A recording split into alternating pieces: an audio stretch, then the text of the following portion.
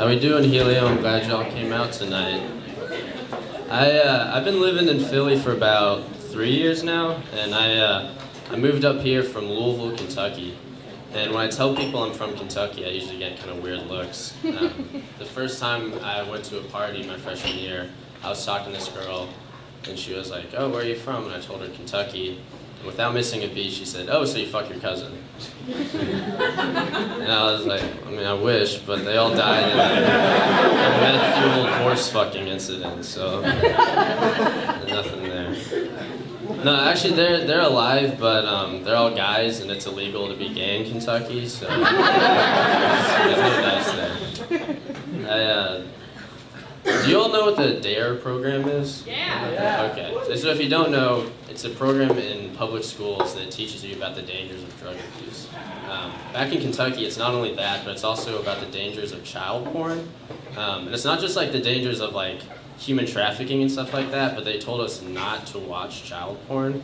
That was like a main part of it. And they mixed those two things together. So we were told that like you might smoke weed once, and then you might be thinking kind of odd, and you're just looking up child porn, and then boom, you're in prison for 10 years.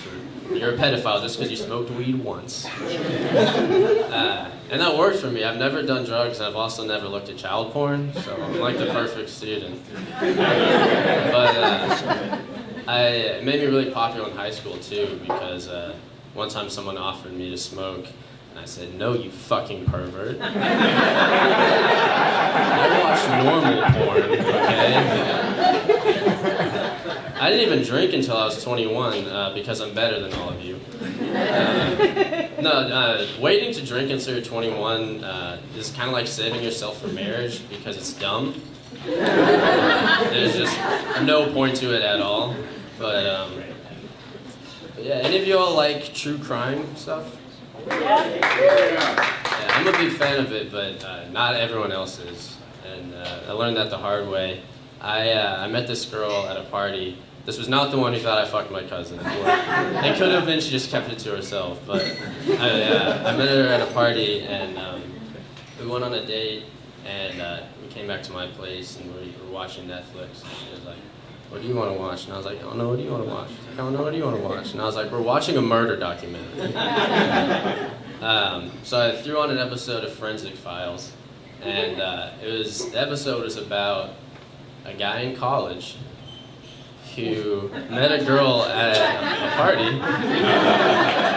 and then took her back to his house and then murdered her.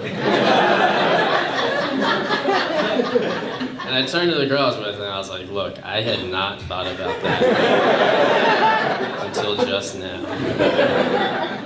I didn't murder her, but the relationship still didn't work out, but that's just because I'm bad at communication, which isn't a crime.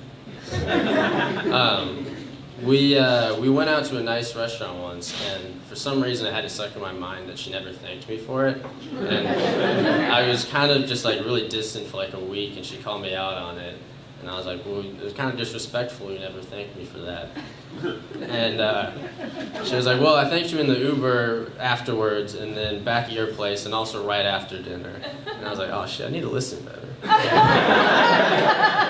But I didn't want to like give up that easily, so I doubled down, and I was like, "Yeah, well, you know, I haven't checked my credit card statements in a while. You could have defrauded me. Also, when my dad died, we never got an autopsy, so you could have murdered him. I'm not going to put that past you." My dad did die. That part of the joke is true. The date, complete bullshit. Never gonna. He actually died on my high school graduation, which was really tough because I never got my graduation present. Unless him dying was the graduation present, which is a good goof. He got me on that one. But it's really tough whenever you lose someone.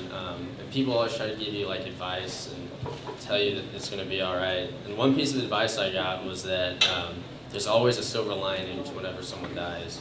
And I was like thinking really hard about something good that could have come from this. And the best I got was that I've saved some money. Like, I haven't had to buy any Christmas presents or birthday presents for him. So, my advice to anyone that's looking to save some money is to murder a loved one. But I do agree that there is like a silver lining in every aspect of your life. Like, for instance, I have really small hands, which are terrible for manual labor, but they are ideal for dick pics. Alright, my name is Ben Eastman. Thank you, guys.